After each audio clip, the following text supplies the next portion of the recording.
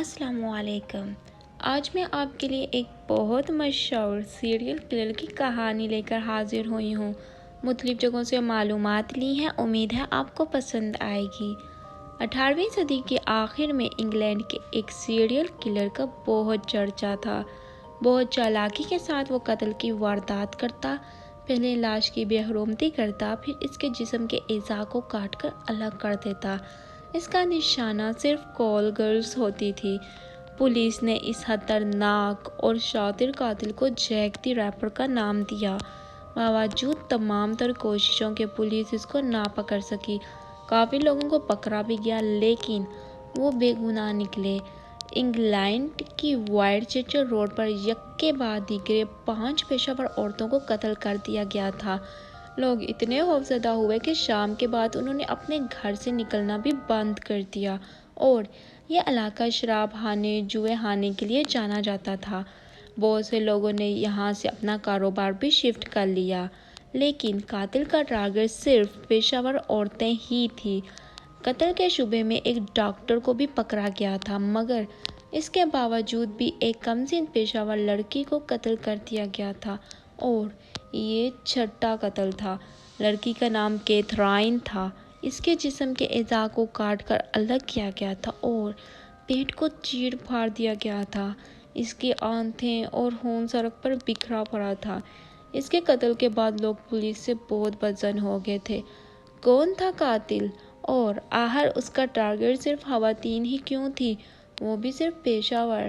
بہت کچھ کیا گیا، سدھائے ہوئے کتے منگوائے گئے، پرائیویٹ جاسوس چھوڑے گئے، مگر قاتل نہیں پکڑا گیا تھا۔ یہ کیس پولیس کے لیے ایک چیلنج بن چکا تھا۔ بہت سے بے گناہوں کو جیک دی ریپر بنا کر مقدمہ بھی چلایا گیا، مگر ان میں سے کوئی بھی جیک دی ریپر نہیں تھا، کیونکہ جیسے ہی پولیس ثبوتوں کے ساتھ مجرم کو پکڑتی تھی، اسی دوران قتل کی واردات ہو جاتی تھی۔ ماہر نفسیات نے کہا کہ قاتل پیشہ ور عورتوں سے نفرت کرتا ہے، اسی لیے یہ ان کو قتل کرتا ہے، اور قاتل اسی ہی علاقے کا ہے اور بہت باخبر اور چوکنا ہے۔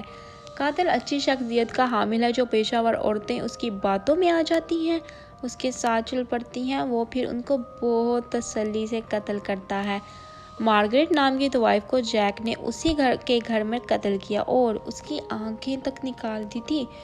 قاتل جو ہتھیار استعمال کرتا تھا وہ ڈاکٹری تھے۔ عام چھری یا چاقو سے اتنی صفائی نہیں ہوتی ہے کاٹنے میں۔ ان باتوں سے شک ہوا کہ قاتل کا کوئی نہ کوئی لنک میڈیکل سے بھی ہے۔ ایک برے آدمی نے پولیس کو بتایا کہ ایک رات اس نے ایک پراسرار اجنبی کو سڑک پر چلتے دیکھا تھا۔ وہ لمبا اوور کوٹ پہنے تھا اور سر پر لمبا سا ہیٹ تھا۔ اس نے اس آدمی کا پیچھا بھی کیا، مگر وہ ایک گھر کے پاس جا کر چھلاوے کی طرح غائب ہو گیا، جس کے بعد یہ بات بھی مشہور ہوئی کہ وہ کوئی بھوت ہے یا روح ہے جو بہت آرام سے اپنا کام کرتا ہے اور فرار ہو جاتا ہے۔ قتل کی 10 وارداتوں کے بعد پولیس نے ہار مان لی تھی اور اس دوران بہت ساری پیشہ ور عورتیں وہ علاقہ بھی چھوڑ گئی تھیں۔ ایک اور آدمی نے بھی کچھ اسی حلیے کے پراسرار آدمی کو سڑک پر دیکھا۔ اس نے اس کا پیچھا بھی کیا، لیکن وہ بھی اسی گھر کے پاس غائب ہو گیا تھا۔ وہ گھر ایک بہت ہی قابل ڈاکٹر کا تھا جو بہت ہی اچھی شہرت رکھتا تھا۔ وہ تھا ڈاکٹر ولیم گل۔ پولیس نے شک کی بنیاد پر اسے بھی پکڑا۔ اس کے گھر سے بھی کچھ اشیاء برآمد ہوئی، جیسے آپریشن میں استعمال کیے گئے ہتھیار وغیرہ۔ دستانے پولیس کو اس پر شک ہوا تو اسے پکڑ لیا گیا، مگر اسی دوران ایک اور طوائف جو ادھیڑ عمر تھی قتل کر دی گئی۔ 1 سال میں 15 عورتوں کو قتل کرنے والا پولیس کے ہاتھ نہیں آ سکا۔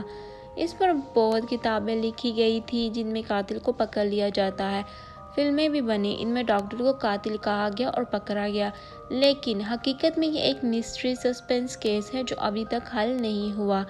جدید ٹیکنالوجی کی مدد سے بھی نہیں، کیونکہ اب اس پر منو مٹی پڑ چکی ہے۔ کچھ تو یہ بھی کہتے ہیں جیک دی ریپر کوئی ایک آدمی نہیں، گروہ تھا جس میں پولیس کے لوگ بھی شامل تھے اور ڈاکٹر بھی۔ ان کا مقصد سوسائٹی کو گن سے پاک کرنا تھا اور بدنام زمانہ چرچ روڈ کو بھی اس گن سے صاف کرنا تھا۔ یہی وجہ تھی کہ ان کا ٹارگٹ صرف پیشہ ور عورتیں تھیں۔ بہرحال یہ کیس اب بھی جوں کا توں ہے، لیکن اگر آپ کو ویڈیو پسند آئی ہو تو کمنٹ ضرور کیجیے اور مشورہ دیجیے نیکسٹ ویڈیو کس کے بارے میں ہو۔ تب تک دیکھتے رہیے ہوما اسٹاک۔ شکریہ۔